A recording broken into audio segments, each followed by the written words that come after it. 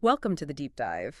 Today, we're jumping into a really, really influential book. It's Wings of Fire, the autobiography of Dr. APJ Abdul Kalam. He co-wrote it with Arun Tiwari, came out back in 1999. And our mission really is to unpack the journey of this, well, incredible leader, find the wisdom in his story. Most of you probably know him. India's missile man rose from, quite humble beginnings to become the 11th president. This book really digs into his role in India's space and defense programs. It's quite a story. It absolutely is. And what grabs you immediately, I think, are the core themes. His resilience and determination, for one. It's just constant. He talks about early rocket failures, for instance, Yeah. but he didn't see them as like dead ends. No, it was data, essential learning. You iterate, you improve, you succeed. Yeah. That mindset, wow. And then there's his profound vision and patriotism. You feel it driving everything he did, especially with IRO and DRD. Well, the space and defense organizations. Yeah, exactly. He wasn't just building rockets. He's building India's scientific future. And crucially, mentorship and collaboration. He makes it so clear how vital people like Vikram Sarabhai and Satish Dhawan were.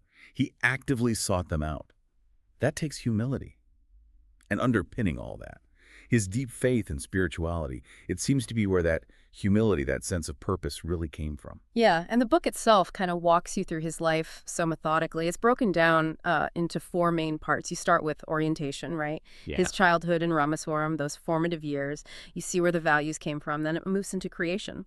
This covers his education, his early career. There's that fascinating bit about the indigenous hovercraft project he worked on. A real test of ingenuity, that was. Totally. Then propagation, which is where, the big scientific stuff happens. The SLV-3 launch vehicle development. I mean, building India's first satellite launcher. The book details the sheer effort, the challenges. It really put India on the map space-wise. And finally, you get contemplation. Here he reflects, looks back on the lessons, even the failures, and shares his vision for India. The writing, it's simple, but it hits hard, mixes the technical with the personal. That simplicity is key, I think. Now, look, some people do find the technical bits, the jargon, maybe a little challenging. And it's true, you don't get pages and pages about his deepest personal feelings like in some memoirs. Yeah, I can see that. But honestly, I think that technical depth is part of its strength.